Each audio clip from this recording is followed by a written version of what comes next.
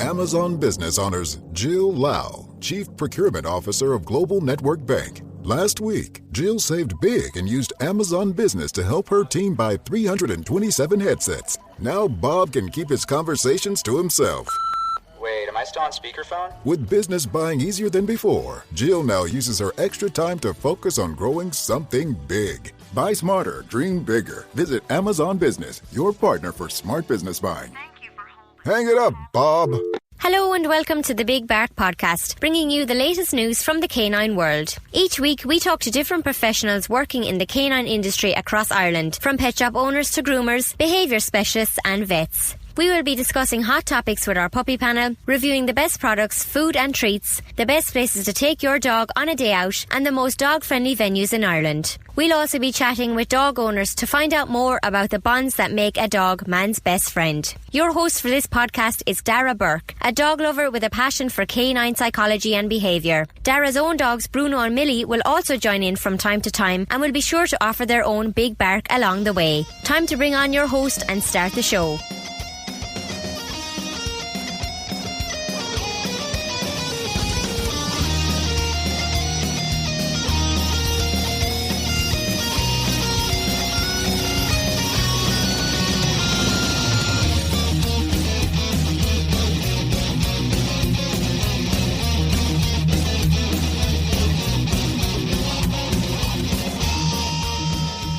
And a big welcome to episode 3 of the Big Bark podcast, your source for all things doggy related across Ireland and now the UK. We have spread to the UK as well, and we have developed quite the following in the UK. The Big Bark is brought to you by barkingmad.ie. I'm your host, Dara Burke, and this week I am going to be changing things up a fair bit. So, after the last 2 episodes, I got some great feedback. And the feedback was some really good constructive criticism about different changes that could be made with the show. And you know what? I've just decided that I'm going to roll with this. So this week, I'll be bringing in those changes. And I'm really looking forward to these. We're going to be playing our new game, which will be a regular feature on our show, called Guess That Crossbreed. Now, if you've been following us over on the gram for the last few days, you'll be familiar with this already. We'll be chatting about what's hot in the news. Of course, everything related to dogs and not the shite that you see on Sky News. We will also be reviewing some great products. Particularly this week, we're going to have a focus on the different interactive security type cameras and two-way communication systems that are available for you to keep an eye on your dog when you're out of the house, or to chat with your dog if you feel that your dog needs chats during the day. Okay, so we have one other big feature, and that is our Adoption Corner. We will be focusing on a different dog charity each week. And we will be selecting a very small handful. We'd love to look at them all, but we're going to be featuring a very small handful of doggies who are looking for their forever homes. Now, this week we're focusing on Dog Action Welfare Group in County Cork. These guys do amazing work, and they're based in Doneraile in County Cork. So if you ever have a chance to go down, certainly do. We're going to be going down in the next few weeks, and I can't wait for it. Okay, but first of all, I'm delighted to introduce our very first puppy panel. The puppy panel consists of dog owners and dog lovers who will be sharing their stories about their own dogs. And joining me this week is Kelly from Tala in Dublin, who will be chatting about her awesome Border Collie Labrador cross, Marley, and the amazing bonds that the two of them share together, and how Marley has influenced and changed her life for the better. We also have Michael joining us from all the way across the sea in London, and we're really excited to chat to Michael about his 6-month-old Pomeranian named Burly. Now, Burly is quite the dog on the celebrity circuit.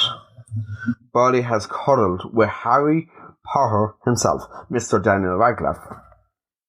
Emilia Clarke, who many of you who have been watching Game of Thrones for the last number of years will know stars in the show as Daenerys. And look, I'm going to be honest, I'm one of the few people who has never actually seen an episode of Game of Thrones, and I'm told it's something I need to actually look at, so we'll see about that. And we also have this week, it's all about the bonds. It's about the connections that we share with our dogs. Now, it's a much shorter episode, and we're simply focusing on the dogs here. We're not going to be doing an hour 15.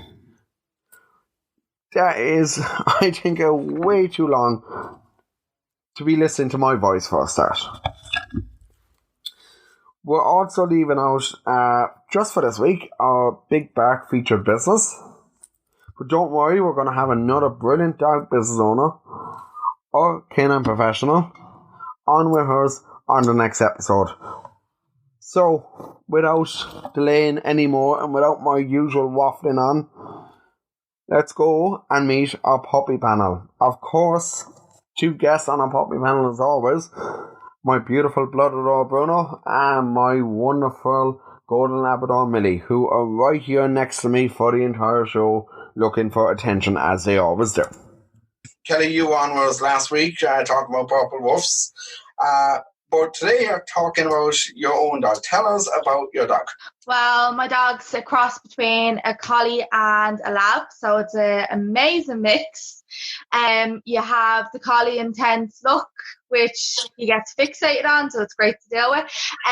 But I couldn't ever replace him. He's just an amazing dog, very affectionate, very loyal, and eager to learn. So he's just an amazing dog to be around. He has helped me through a lot of life challenges, and he keeps making me go. So it's amazing. Brilliant. And Michael, tell us about Burly. So Burly is a 6 months old Pomeranian. He's just very affectionate and he's such a beautiful dog. Like, he loves playing with children, loves learning new things. He's got a funny little personality. Yeah, he's just amazing. Perfect. Okay. So what I'm going to do is basically just kind of ask you a few questions about your relationship with your dogs and how they have affected your lives. So Michael, I'm going to start off with you. And like you mentioned, Burly is 6 months old. Yeah. What kind of an impact has Burly had on your life? It's just completely changed it, because we used to go out socialising quite a lot, even though we still take him everywhere we go, but now we can't go to some places. So it's just completely changed it. So yeah, it's just completely, it's just taken over, really, which is great. We love the fact that we've got him and we take him everywhere. Brilliant. And just touch on that, you said there's some places you can take him. A lot of people say that Ireland isn't completely dog friendly, and there's been so many campaigns to make Ireland more dog friendly. What's it like over in the UK? Because we live in London, so there is quite a lot of places that are very dog friendly, but you do come across places that, you know, they don't allow dogs into pubs and stuff. But where we live, there's so many places that we can take Burly, take him into hotels and everything. So it's great. It's quite good. And hopefully that's something that we see kind of developing more and more here in Ireland. Now, Kelly, Marley, you said, has helped you get through a lot of life's challenges. Talk to me about that. How has he helped you? Well, he's made me go forward to my passion in life, which is dealing with dogs, and basically he's helped me through a lot of my own life challenges. But yeah, no, he's actually made me come out of my comfort zone, and he's made me realise that even though he's actually quite reactive himself, we both help each other, and we're both going out of our comfort zones. I'm getting out more, especially around other dogs and people that talk about dogs. So it's definitely has made me grow as a person. And he's just one of those dogs that just has that way about him that he just sits beside you. He doesn't even need any attention. He'll just sit beside you knowing that he's around. And yeah, he's just helped me with actually going into my life passion now as well. I do think that our dogs, that bond that they share with us, it really does help. It's like dogs know what we're feeling. Yeah, definitely. They really pick up on, they don't even need attention. They just need to be beside you and they're happy. And that's what's so good about them. It's unconditional love, and you always have that there, whether things are tough with your humans in life, they're there. And it really helps you get on with life. Brilliant. Michael, I'm going to come back to you there for a second. And obviously, the one thing that I'm very excited to hear about is how does a 6-month-old dog from London go to meet the likes of Emilia Clarke and Daniel Radcliffe? Like, how did that even come about? So my partner works in, he's a fashion hairdresser, so he gets to meet, like, he gets to work with lots of celebrities and he does, like, editorials. So the stars like Emilia Clarke and people like that, I've seen Burly on Ken's profile, and they're like, bring along Burly, so they absolutely love him, so they're always asking for Burly to come along.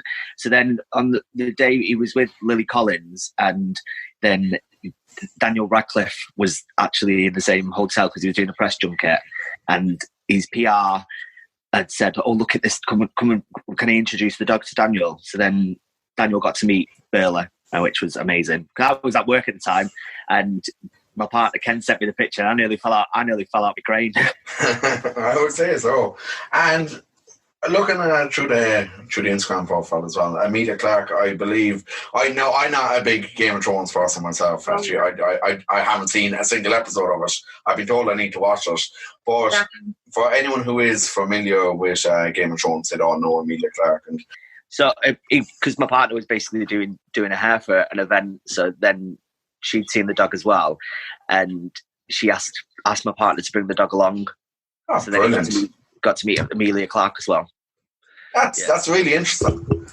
And like, obviously, did you get to meet them yourself, or? So I got to meet Emilia Clarke on the second time that Burly had met Emilia, and she's such a lovely person. Yeah, you know, she gave because we went in, and then she said that she had a raincoat coat which she gave to Burly.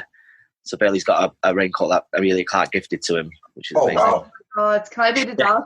It's a dog's life. I'd love his life. He's opening doors, like, it's amazing.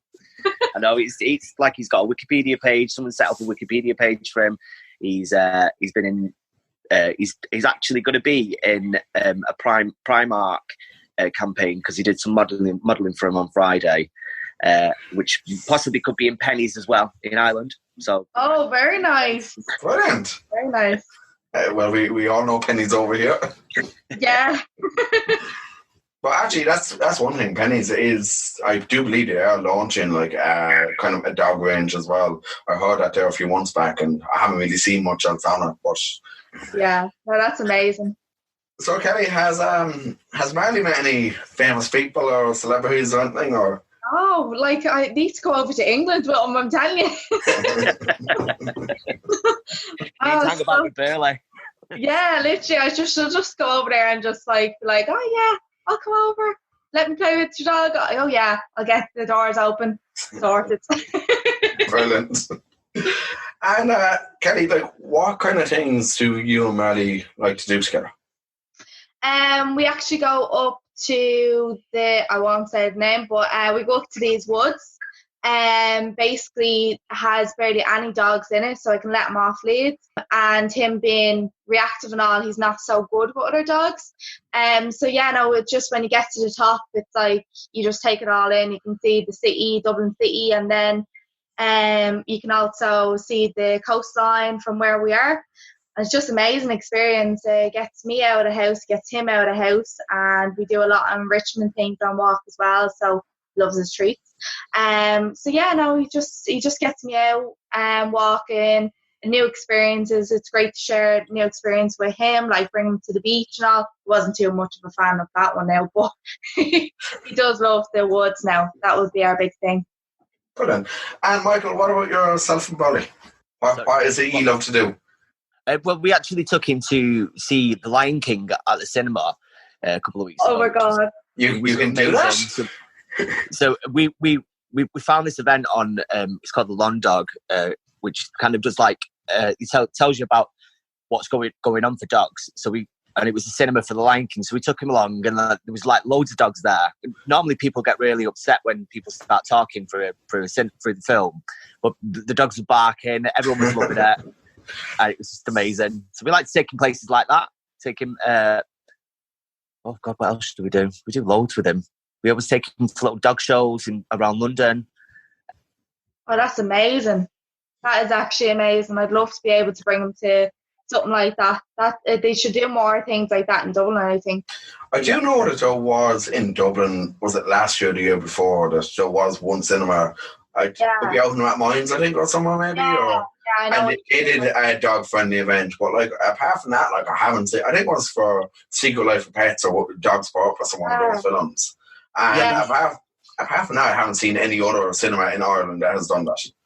No, there wouldn't be. Like, see, most people now are like, in Dublin, there's a lot of dogs that wouldn't be able to go to things like that. So we're nearly like setting it up for disaster, with the restrictions as well. Yeah. That's going to minimise who they can bring. So not a lot of them. But I think even a park or something and, setting up like would be brilliant. Yeah, absolutely.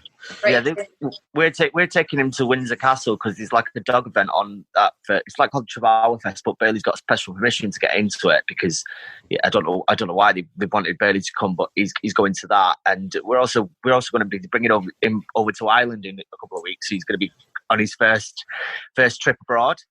Oh my God! I have to see this dog. So we're driving, and we're going to stay in Donegal to see some family. Lovely. Okay, so what I'm going to do now is it's a new part I'm introducing to the show. Going to do a little game. Now, the game is basically guess that crossbreed. Wait, okay, so the first one, I'm going to let each of you take a guess of these, and then I'm going to give you the correct answer. Kelly, I'll let you go first. A collie cross with could be a. Actually, I'm not sure if this one is actually a crossbreed. No, so I'm right. It's collie. It's probably a smooth collie or something like that. No, right. Okay, Michael. I'd say a collie with a Malamute. Yeah. Now, the actual name of it is, it's a beautiful dog. It is an Australian Shepherd dog. Oh my God. You'd think it was a collie. Okay, so, we're good. Okay, so we'll move on to the second one.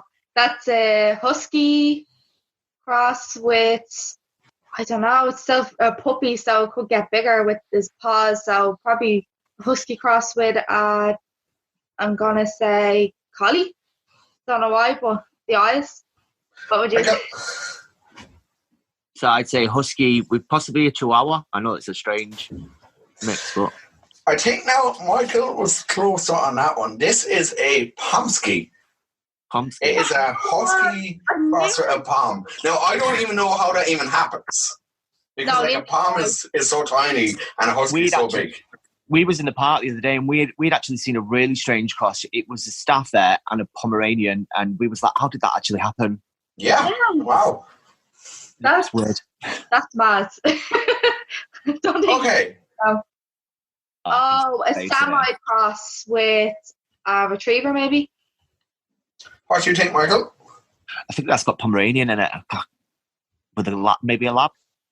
I really need to make these a bit easier going forward, I think. Okay, so this one is a breed I had never actually heard of before today, but it is called a Goberian. It is a golden retriever crossed with a Siberian husky. Oh. That's a mad one. Looks like a Samoyed. He really does, doesn't he? Very similar. Yeah, in the face. Yeah, but so beautiful as well, though. Yeah, they are. They're gorgeous. Now, okay, we'll move on to the fourth one.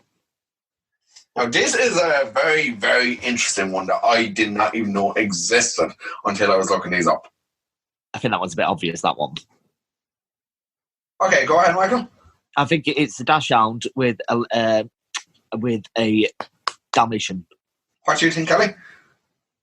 I was going to go with a Dachshund, probably with a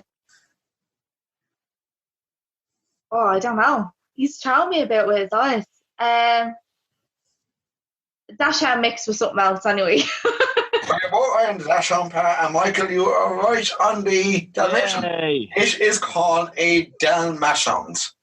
That's amazing. You'd wonder like where some of these breeds even come How do from. they even breed though? Okay, so this one. Oh, that's I'd say Corgi with an Alsatian. I could say German Shepherd with a Corgi. Okay, let's see. A Corgi and German Shepherd, and technically, like a German Shepherd is also known as an Alsatian, so you're both right. Yay! Yay. Okay, We got one. Look at so that this one. little ball of fluff. That's a hard one, right? Maybe a Yorkie cross with terrier or something. Yeah, I'd say like a kind of terrier. Well, it is looks like a terrier, but then I think it's Pomeranian. We're gonna go with Pomeranian for everything. Like they're all mixed today. Pomeranian on the brain. It is a Udall. Udall, oh my god. A Yorkshire Terrier crossed with a poodle. They're right around, just missing the poodle part. Cute. So, this one. That to me looks like a Beagle cross with a German Shepherd. Or a lab, maybe, or something like that. What do you think, Michael? Yeah, I'd say the same. It looks, yeah. Okay, let's see. Beagle! Beagle Yes. and German Shepherd. We got two. Okay, and I think this could be the last one. Oh, Uh, it's got to be a husky, that. A husky with a chihuahua. Did I say that before? I can't remember. Not yeah, sure. or a husky with a Shih Tzu or something with the tail. Yeah. Then again, it could be a Pomsky. Yeah, it's Spitz family because It is a Hoggy. Corgi. Oh my god! Today with Amazon Business, Shannon Stuckey of Walburn Woodworking helped her team buy 63 circular saws. Okay, Andy, take it easy. Now she uses her time to focus on growing something big. Buy smarter, dream bigger. Visit Amazon Business, your partner for smart business buying. And a Corgi. Like, how does that even happen? No, I don't. It's like, what, did they hold them up? You kind of wonder how you just get the husky to lie down or something. Or, Oh, God knows. The mechanics, anyway. either way, like, it's not something I ever want to see happen. Okay, so that's the last one. What did you get? You got two over. Still not bad. Not bad. In fact, I Okay. thought, like, have you ever seen a Dima or Dima or something like that?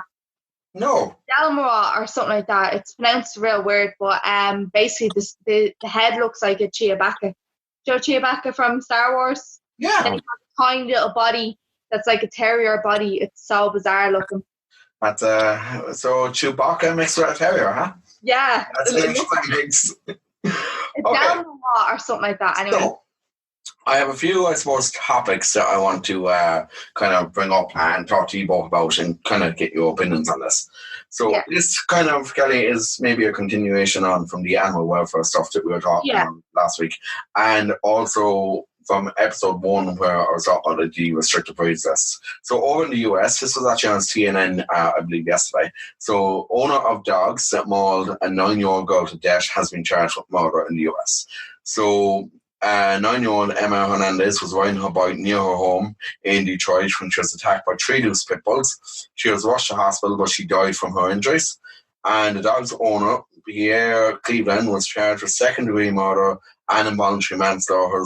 The investigators found that the yard's fence was damaged and not secure. So I suppose this goes back to placing a lot more blame and responsibility on the owners rather than on the dogs. We need that over in Ireland. That is actually amazing to see that it's actually the owner's fault, not the dog. Yeah, definitely. Yeah. It's definitely down to the owners. What Yeah. do you think of that, Michael? Is it something that's needed in the UK as well? Or? Yeah, definitely. It's down to the owner's responsibility. It shouldn't be down to the dogs because dogs can't look after themselves, can they? They need us to depend on on us. Yeah. And Totally agree. reading up on this morning, even like the dog's owner the police and all had actually requested that he secure the fence, and even the father of the girl in this case had actually had arguments with him about securing the fence. But in the end, it showed to be too late. Yeah, definitely. That dog, if he had if the owners of that dog had put the responsibility on themselves and done everything they could to protect people outside, then you wouldn't have had that. That wouldn't have even happened. Now, there is I actually came across this one on the Daily Mirror. Someone sent this on to me there yesterday.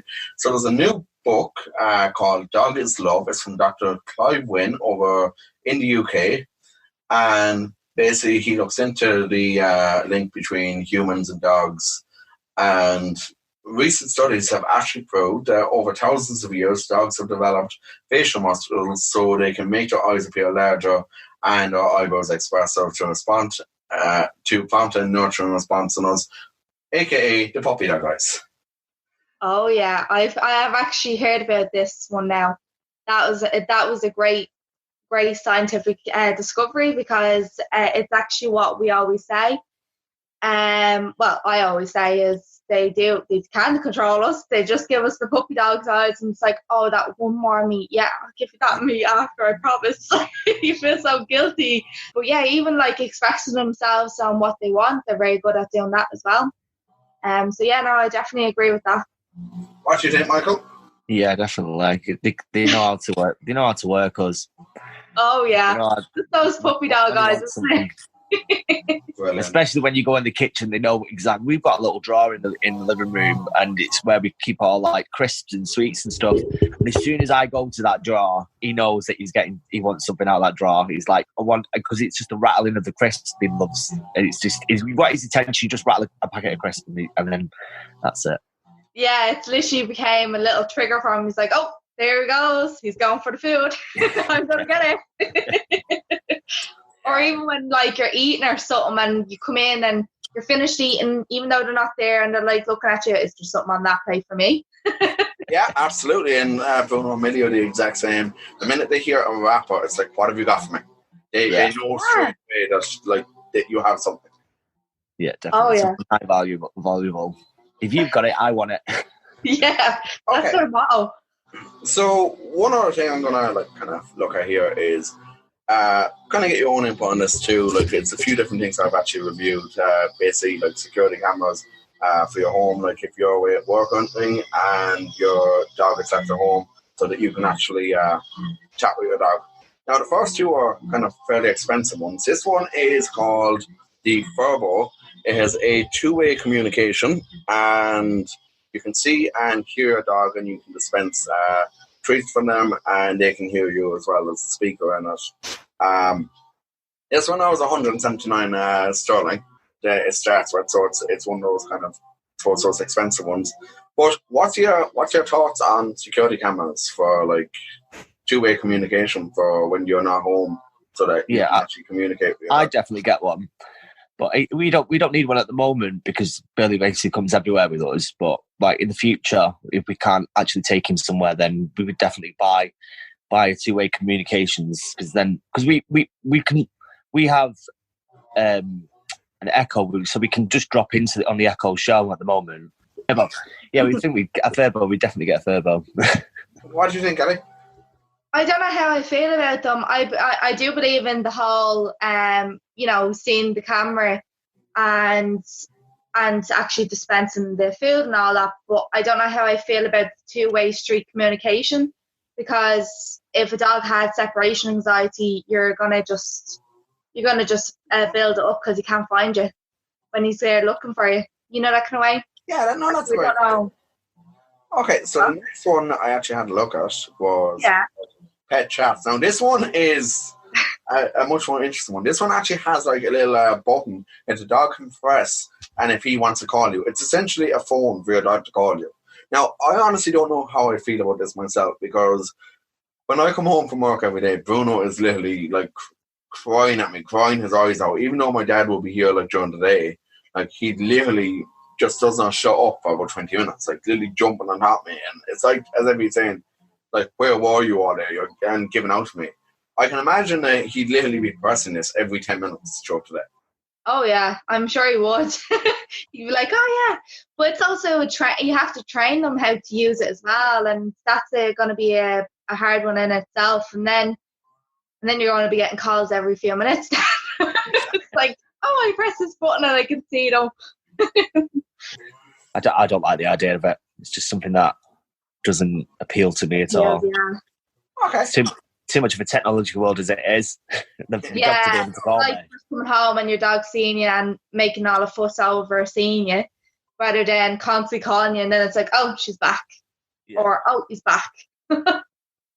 Okay, well, the one that I actually have myself is it only costs 20-30 quid for it. And it's literally kind of, don't know if you can see, it's actually up there in the very top corner of the roof. So I had that angled, and it's more I suppose, with I live in the country, so it's all the threats of break-ins and everything nowadays. And when people break in, they don't care if it's a dog there. They'll harm a dog. They won't care about doing it. They'll do what they're there to do. Yeah. For me, that's more kind of, I suppose, a peace of mind thing. I never actually, I suppose, have the microphone on it so that they can hear me, because as you said yourself, I don't want to upset these two. And I did it actually. I was standing outside the door one night of my room, and Bruno was in on the bed, and I literally just called him over it, and just see him looking around, it literally scared the bejesus off him. He didn't know what to do. But I do think, just from a security point of view, it's a good thing to have, just so that you can actually make sure they're okay during the day. Yeah, I totally would get one of them. No, I definitely would get one of them, because actually I think what I'm seeing is it can see around the room, kind of move.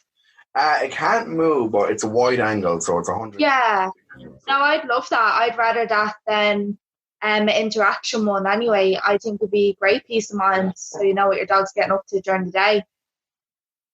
Perfect. Okay. And is there any products that either of you have come across, not even security-wise, but good products that you come across that you swear by, that you think are really good for your dog? Michael? We bought him so much, it's ridiculous. We bought him a Moncler jacket. Products, though. The thing that I do love is the treats that we buy by Benji, but I don't know if you've heard of it. It's built on for the dogs, but we've actually got a discount code if you want. I can give you that if you want it. Well, we bought him some teddies. He just loves. We bought him a specialised teddy from Build-A-Bear. So we. Oh, that's so cute! He's spoiled. He sleeps with him at night time, but and then whenever I want him to go to bed, I just press the voice activator, which talks, and then he goes running over to his bed and gets into bed. Oh my God, that's really helpful. I wish I could have more. I'd love that. Yeah, that's amazing. We bought him a beautiful jacket from Verdrobe, which is it's a bit stuck. It's got Swarovski crystals on it. I'll send you a picture. My dog will probably trade me in for you, I'm telling you. That's really cute. I love that. Verdrobe's really good company. Kelly, what about you? What's the favourite thing that you've... I love his slow feeder, actually, that I've got him because of the collie in him. He needs a lot of mental stimulation, so a lot of enrichment. So I kind of just use all those kind of things. Some of them are made that I've actually made myself. But yeah, no, you can find it all online that you can, find yourself. But basically, even wrapping food into a towel and then they have to go dig for it is great. But because of him being a collie, he gets bored at eating his food out of just simple things like a bowl wouldn't do it for him, so I'd have to change it up. So yeah, no, it'd be his slow feeder, his con, and then I have a puzzle game for him that's brilliant, where he slides back and forth and he has to go work for his food. But then the next thing I would say would be his leads that I've gotten him. Don't hold me to this, but I can't think of the name, but it's like a cross harness one. It's like a heel harness, and basically it just comes up at the front and it clips on the side, and it actually helps with a lot of my training got to do with walking him. So yeah, no, he loves that as well. He prefers that over the other harnesses. He loves getting it on as well, so it's brilliant. So I'd have to say them, yeah.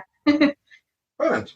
I think for me, it's probably like I got the slow feeder for Bruno as well because he gulps his food down. Like, Laps it up, yeah, inhales it. Yeah, exactly. He inhales the food. So I found like that since I got him the slow feeder. Now it was only one that I picked up in Aldi for like £6 or £7 when they were on offer, and I found like he's really stoned down. It's he was getting sick a lot after eating so fast, so it's like really helped with that as well. I suppose treat wise for me has to be the raw dry. Actually, give me a moment. I'm going to pull up a bag of this here because they're going to come running over to me now. So the raw dry is they're an Irish company, and it's all like beef and chicken jerky that they make. So at the moment, like Sarah was on the show for the first episode. Yeah, no, that's amazing. That food is, yeah. Like she's after announcing this week that all pet stock stores in Ireland will be doing the jerky now as well, which is a big step for her. Amazing. Well, it's like I think it's actually their favourite treats as well. I've literally gone last night. I know. Okay, I was a small bit. No, it was last night Friday night. I was having a few drinks, and sure, I saw her go up online that she was selling the 10-pack for £30. So I picked it up online from her, and I woke up yesterday morning. She was like, "Hey, I just sent you that invoice." I'm like, "Invoice? What did I buy off you last night?" So not the best time to be looking online for products for your dog, really. But town. Like that's how good the treats are. I've actually gone and ordered like another 10-pack off her. No, the treats that we buy by Benji, we've got a discount code which is Burly BBA 15. It gives us like 15% off, so anyone can use it, and they ship to like Ireland and Europe. So maybe you should try that. See if you like that. Yeah. Because it's edible for humans as well, but obviously I wouldn't say for you to go and eat them. If it's good enough for us, it's good enough for the dogs. Yeah. When I opened the treat to myself, it's like, lads, you're not getting any of this. I actually did. And so, okay, so a new feature I'm actually introducing this week. It's going to be in association with different animal rescues every single week. This week, it's with Cork Dog Action Welfare Group. They're based in Doneraile in County Cork, and it's basically the adoption corner. I'm going to share a bit of information about 3 or 4 dogs that are looking for homes. Now, obviously, anyone listening into the podcast can't actually see this, but I'll just give a bit of detail of the dogs, and they'll be able to check them out on the actual Facebook and the websites as well. So the first dog is a Marley as well. Is a lab cross. He a puppy. They didn't actually have an age of him up. I think he's around 5 or 6 months thereabouts. And what they say is he's full of joys of life. He loves people, dogs, and cats, and he's an ideal little family member. So he's looking for a new home with Dog Action Welfare Group. And let's see the next one. Where is that? So we had Ben, who's a Rottweiler. He's between 4. Oh, gorgeous! Cute. He's they say he's a bit bewildered in kennels, but he's looking for a home experience with the breed. And an active home is essential, but they're looking for obviously for that. Oh look, Burly has joined us. Oh, he's so cute! Burly, oh my god, he's amazing. No, gotta see what's happening. And then, the last one we have is Max, who is a Staffy, and Max is also between, I believe, 4 and 7 years as well, and smiling just the way a Staffy should. Oh my god, he's a beaut, isn't he? Oh, he's gorgeous. And he's looking for a new home as well. So what they say about him is he led a very solitary life outside the back garden, and he's adoring his newly discovered home comforts, and he's a fab, loving, loyal, and eager to please boy. Oh, cute. So I'm going to kind of, I suppose, wrap up with just asking what is your favorite thing, your favorite feature that your dog has? Michael, I'll let you go first. Favorite feature my dog has? It's just how warm and kind he is, and he's only 6 months old. You wouldn't think from the way that he is that everyone thinks he's a lot older when they meet him, and he just attracts so much attention. I just love the fact that he's well loved, and he's just the most gorgeous dog ever. I know everyone's biased about their own dogs, but he's just such a beautiful nature.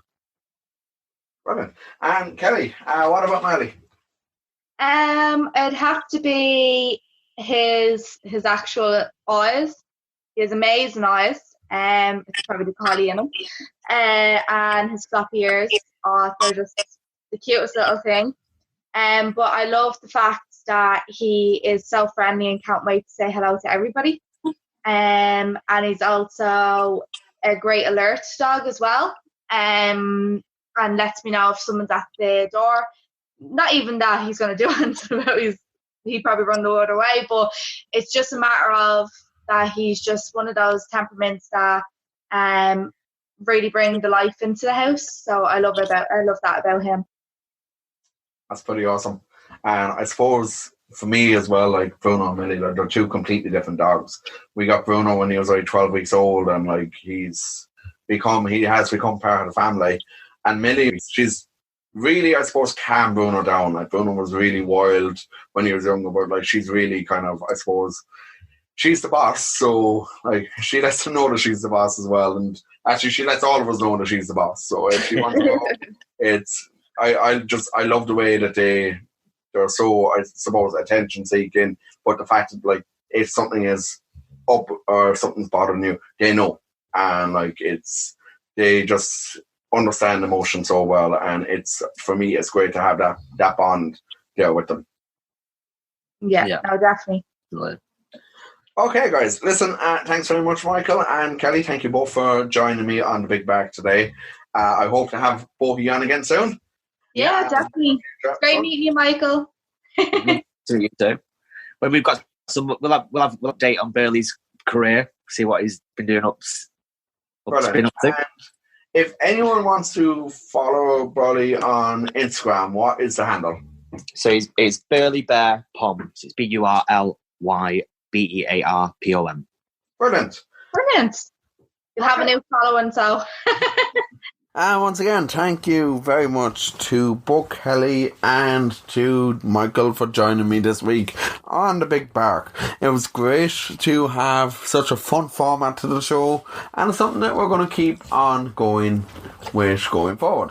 Now, I have to wrap this up because, as always, I have a very, very demanding blonde doggy, a beautiful Millie right here next to me, who has decided that it is time to wrap this up. Now, Millie's not going to give an actual bark to me. I'm hoping at some stage we're going to just let out a massive bark.